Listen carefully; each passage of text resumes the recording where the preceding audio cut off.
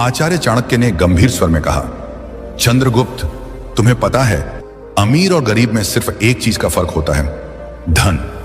पर एक बात और सुनो चंद्रगुप्त, धन उसे नहीं मिलता जो दिन रात मेहनत करता है। धन उसे मिलता है जो जानता है कि मेहनत दूसरों से कैसे कराई जाती है। यानी धन हमेशा दिमाग वालों के पास जाता है, शारीरिक श्रम करने वालों के पास नहीं। शारीरिक श्रम से इंसान कभी अमीर नहीं बनता, उसके पास कभी पर्याप्त धन नहीं होता। यह बात तुम हमेशा याद रखना। पर्याप्त धन चाहिए, बहुत धन चाहिए तो अपनी मानसिक शक्ति को काम पर लगाओ। दिमाग से काम करो, हाथों से नहीं। राजा कभी स्वयं श्रम नहीं करता, सेठ साहूकार कभी खुद मजदूरी नहीं करता। मजदूरी वो करते हैं जो सबसे ज्यादा मेहनत करते हैं, और सबसे ज्यादा गरीब भी वही रहते हैं। चंद्रगुप्त ने विनम्रता से पूछा, गुरुदेव, फिर अमीर बनने का असली रहस्य क्या है? फिर धनी हर कोई क्यों नहीं बन जाता? चाणक्य मुस्कुराए, फिर धीरे धीरे बोले, चंद्रगुप्त, एक बात हमेशा याद रखना, अगर इस दुनिया की सारी संपत्ति आज गरीबों में बराबर बराबर बांट दी जाए तो कुछ साल बाद फिर वही होगा जो आज है। गरीब फिर गरीब हो जाएंगे और अमीर फिर अमीर। क्यों? क्योंकि अमीरी गरीबी धन से नहीं बनती, अमीरी गरीबी बुद्धि से बनती है। जो व्यक्ति अपनी बुद्धि के घोड़े दौड़ाता है उसे अमीर बनने में देर नहीं लगती। जो बुद्धि को सोने देता है और केवल शरीर से मेहनत करता रहता है वो जीवन भर गरीब ही रहेगा। धन बुद्धि का खेल है, मेहनत का नहीं। फिर चाणक्य ने कहा, आज मैं तुम्हें 7 ऐसे तरीके बताने जा रहा हूं जिन्हें जान लेने के बाद तुम्हें धनवान बनने से कोई नहीं रोक सकता। ये 7 तरीके चाणक्य नीति के सबसे गहरे सूत्र हैं। इन पर अगर तुम अमल करोगे तो एक दिन पूरा भारत तुम्हारे नाम का जयकारा करेगा। और फिर चाणक्य ने पहला सूत्र बताया, नियम 1, अपनी अक्ल में पैसा लगाओ। यह सबसे बड़ा निवेश है। अगर तुम सचमुच धनवान बनना चाहते हो, जीवन में वह ऊंचाई छूनी है जहां न पैसों की कमी रहे, न सम्मान की, न स्वतंत्रता की, तो सबसे पहला और सबसे जरूरी काम यह है कि तुम अपना सारा ध्यान, सारा पैसा और सारा समय सबसे पहले अपनी अक्ल पर लगाओ। मैंने तुम्हें पहले ही कहा था, शारीरिक श्रम छोड़ दो। हाथ पैर से मेहनत करने में कोई बुराई नहीं, लेकिन वो तुम्हें एक सीमा तक ही ले जाएगी। उस सीमा के बाद रुक जाओगे। मजदूर दिन रात हथौड़ा मारता है, फिर भी 2 जून की रोटी को मोहताज रहता है। क्यों? क्योंकि उसने अपनी अक्ल को कभी नहीं खोला। दिमाग के घोड़े को दौड़ाओ, और दौड़ाने का मतलब है सीखो, सीखते रहो, जीवन के अंतिम क्षण तक सीखते रहो। जो व्यक्ति सीखना बंद कर देता है वो जीते जी मर जाता है, उसकी कमाई भी मर जाती है। नियम 2, मौके खुद नहीं आते, उन्हें पहचानना पड़ता है। अवसरः कालेन आगच्छति कालेन च नश्यति तम यः सन्नादति स सिद्धिं प्राप्नोति। अर्थात अवसर समय के साथ आता है और समय के साथ नष्ट भी हो जाता है। जो उसकी ध्वनि सुन लेता है वही सिद्धि प्राप्त करता है। धनवान बनना है तो सबसे दूसरा और सबसे नियम यह है कि तुम्हें अवसरों की आंखें खोलनी पड़ेंगी। अवसर कभी दरवाजा खटखटाकर नहीं आते। भाई साहब, मैं आपका मौका हूं, मुझे अंदर आने दो, कहते हुए नहीं आते। अवसर हमेशा भेष बदल कर आते हैं। कभी वो किसी मुसीबत के रूप में आते हैं, कभी किसी ताने के रूप में, कभी किसी दोस्त के मुंह से निकले एक वाक्य के रूप में। ज्यादातर लोग इन्हें देखकर कन्नी काट लेते हैं, और जो इन्हें पहचान लेते हैं वही करोड़पति अरबपति बनते हैं। मैं तुमसे कहता हूं, अगर तुम धनवान बनना चाहते हो तो आज से यह प्रण कर लो, मैं कोई भी अवसर गंवाऊंगा नहीं।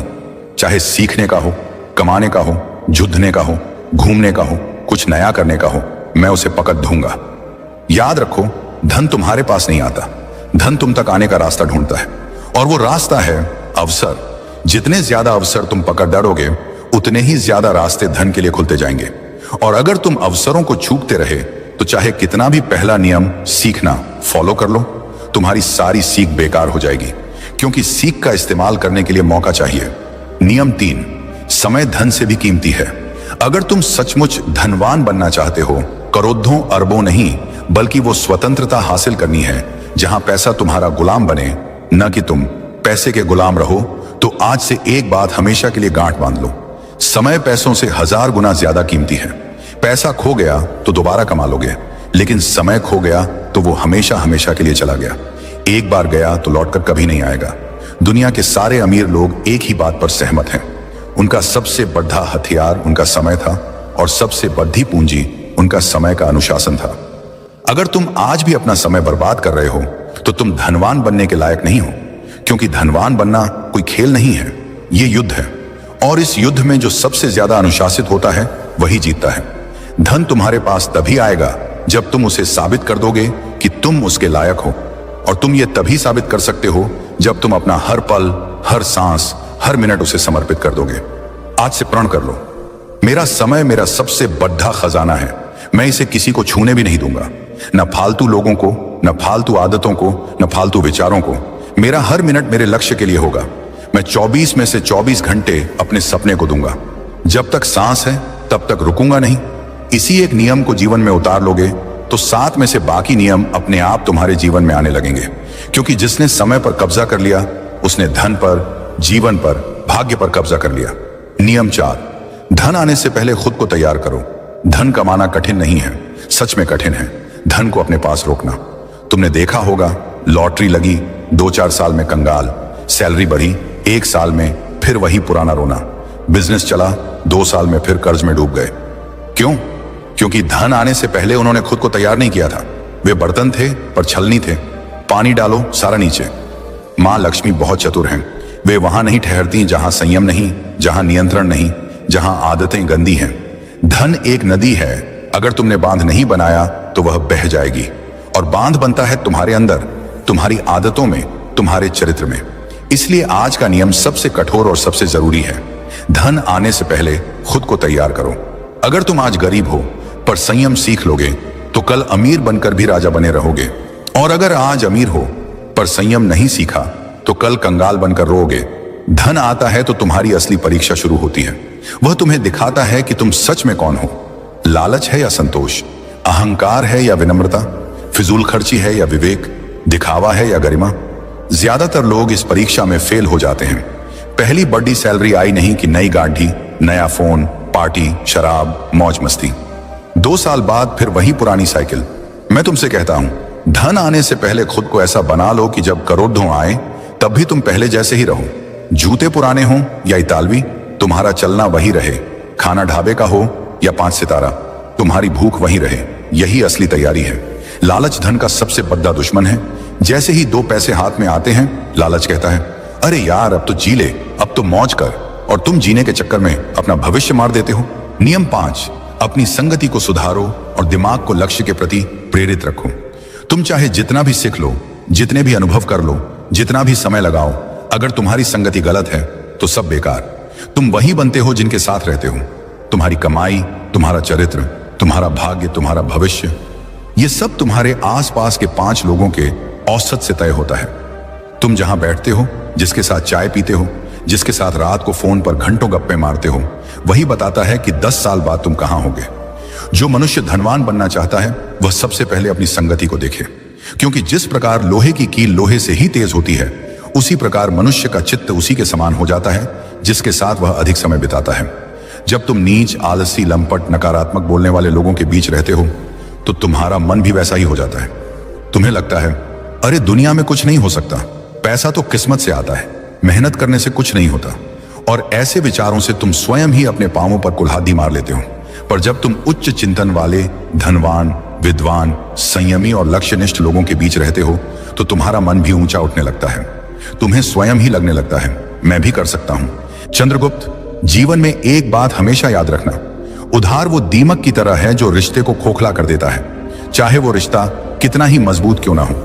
और इन्हीं उधारों से धन की सबसे ज्यादा हानि होती है।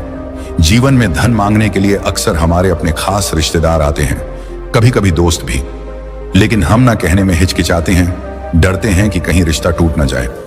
हकीकत यह है कि बहुत से लोगों को पता ही नहीं होता कि ना कैसे कहा जाए, क्योंकि उनके पास सही शब्द या तरीका नहीं होता। लेकिन आज मैं तुम्हें यही रणनीति बताऊंगा। जब कोई तुमसे उधार मांगने आए, अगर तुम ये 3 सवाल पूछ लोगे तो वो खुद ही उधार मांगने के बजाय कोई और बहाना बनाकर तुम्हारे यहां से चुपचाप निकल जाएगा। लेकिन चंद्रगुप्त, ये एक विद्या है जो डर से मुक्ति देती है। अगर तुम नहीं जानोगे तो हमेशा उलझते ही रहोगे, क्योंकि मैंने अक्सर देखा है कि लोग इसी वजह से अपनी जिंदगी की कमाई गंवा बैठते हैं। नमस्कार दोस्तों, डे इंस्पायर्ड चैनल में आपका फिर से स्वागत है। अगर आपको भी चाणक्य नीति पसंद आती है तो कमेंट में जरूर बताएं कि आप भारत के किस राज्य से ये वीडियो देख रहे हैं, ताकि हम समझ सकें कि हमारी बातें कहां कहां तक पहुंच रही हैं। और चलिए बिना देर किए वीडियो की शुरुआत करते हैं। दोस्तों, चाणक्य की ये बातें आज भी उतनी ही सच्ची हैं जितनी उस पुराने जमाने में थी। कल्पना कीजिए, चाणक्य के समय में पाटलिपुत्र की गलियों में एक साधारण व्यापारी रहता था। नाम था विष्णुदास। वो दिन रात मेहनत करके अपना व्यापार चलाता था, अनाज बेचता था और थोड़ी बहुत बचत करता था अपने परिवार के लिए। एक दिन उसका दूर का रिश्तेदार आया, बोला, भाई मेरी फसल बर्बाद हो गई है बाढ़ में, बस थोड़े पैसे उधार दे दो, अगली फसल में लौटा दूंगा। विष्णुदास का दिल पसीज गया। उसने अपनी सारी बचत दे दी, लेकिन महीने बीत गए, साल बीत गए, वो रिश्तेदार नजर नहीं आया। बाद में पता चला कि उसने वो पैसे अपनी ऐशो आराम में उड़ा दिए थे। विष्णुदास का परिवार भूखा रहा, बच्चे स्कूल नहीं जा सके और वो रिश्ता, वो तो पहले ही खोखला हो चुका था। चाणक्य कहते थे, धन की रक्षा करना परिवार की रक्षा करना है। आज के समय में भी यही हो रहा है।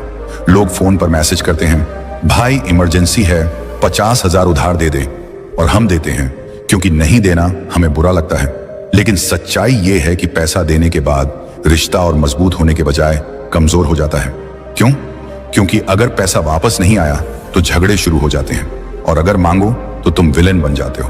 अब सवाल यह है कि हम इस जाल से कैसे बचें। चाणक्य की नीति हमें बताती है कि भावनाओं में बहना बंद करो और बुद्धि से काम लो।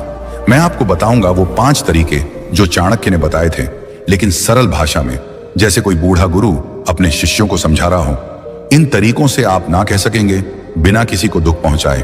और हाँ, मैं इसमें चाणक्य के समय की कहानियां जोड़ूंगा ताकि आप महसूस कर सकें कि ये सिद्धांत कितने पुराने हैं लेकिन आज भी काम करते हैं। जैसे आज के समय में कोई क्रेडिट कार्ड का इस्तेमाल करके कर्ज में फंस जाता है, वैसे ही उस जमाने में लोग साहूकारों के चंगुल में फंसते थे।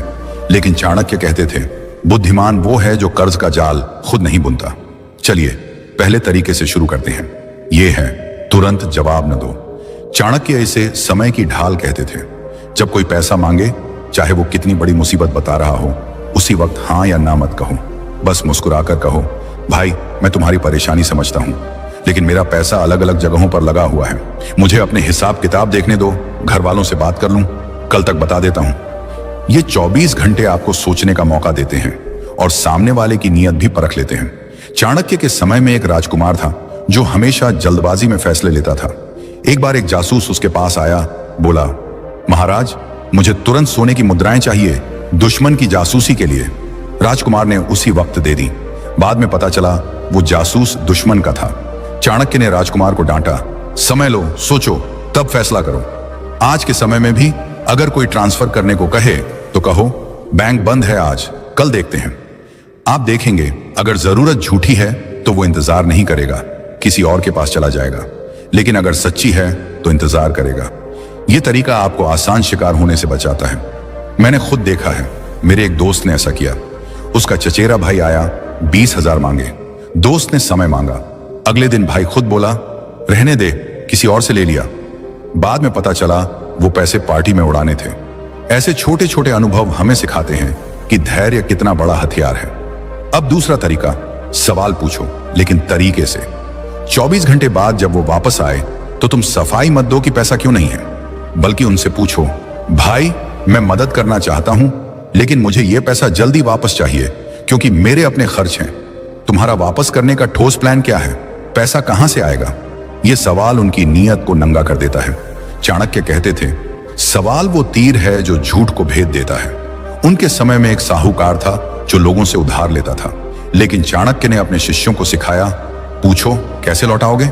साहूकार हमेशा गोलमोल जवाब देता और लोग बच जाते। आज के समय में भी अगर कोई कहे सैलरी से दे दूंगा तो ठीक है, लेकिन अगर बोले चिंता मत कर, भरोसा रख, तो सावधान हो जाओ। तब तुम कहो, भरोसा तो है लेकिन रिश्ता पैसों से ऊपर है। अगर पैसा नहीं लौटा तो रिश्ता खराब हो जाएगा और मैं वो नहीं चाहता। ये बात उन्हें सोचने पर मजबूर कर देगी। एक बार मेरी मौसी के साथ ऐसा हुआ। उनका भतीजा आया, पैसे मांगे। मौसी ने सवाल पूछा।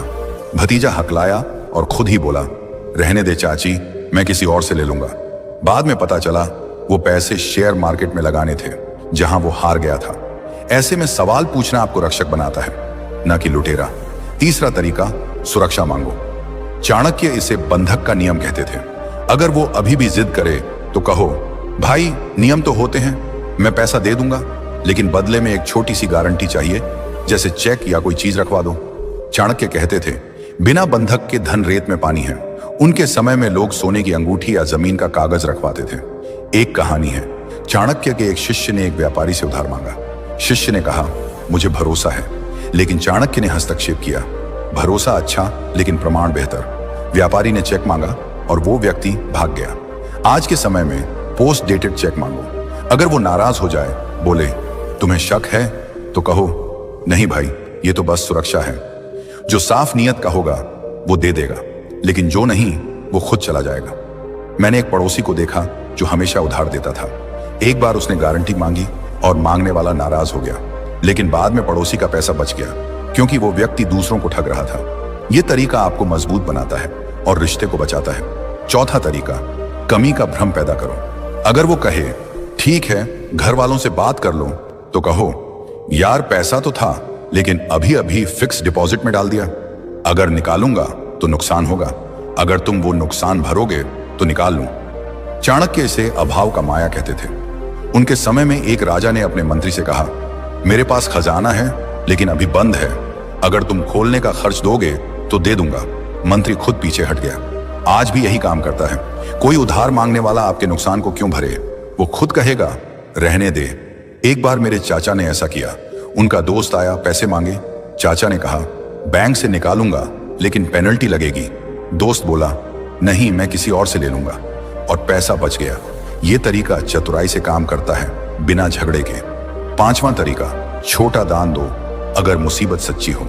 चाणक्य कहते थे दान से शत्रु भी मित्र बन जाता है। अगर कोई सच में बीमार है या बच्चे की फीस है तो पूरी रकम उधार मत दो। कहो भाई पूरी रकम नहीं दे सकता, लेकिन इतना दे सकता हूं और वापस मत करना। इससे तुम्हारा ज्यादा पैसा बच जाता है, इज्जत बढ़ती है और वो दोबारा बड़ी मांग नहीं करेगा। चाणक्य के समय में एक गरीब किसान राजा के पास आया। राजा ने पूरी मदद नहीं दी, लेकिन छोटी मदद की। किसान हमेशा आभारी रहा। आज के समय में भी अगर कोई 50,000 मांगे तो 5,000 दे दो दान में। वो खुश होगा और तुम सुरक्षित। मेरी एक बहन ने ऐसा किया। उसकी सहेली आई, पैसे मांगे। बहन ने छोटी रकम दी और रिश्ता मजबूत हो गया। अब अगर रकम बड़ी हो, जैसे लाखों, तो कागजी काम जरूरी। चाणक्य कहते थे लेखन बिना व्यवहार विवाद का बीज है। एग्रीमेंट बनाओ, चेक लो। जो साफ होगा वो मान जाएगा, जो नहीं वो भागेगा। अंत में चाणक्य की सीख, रिश्ते की कीमत समझो। अगर पैसा न देने से रिश्ता टूटे तो वो रिश्ता था ही नहीं। स्वयं की रक्षा करो। आज से नियमों को अपनाओ। समय लो, सवाल पूछो, गारंटी मांगो, कमी दिखाओ, दान दो। ना कहना आत्मसम्मान है।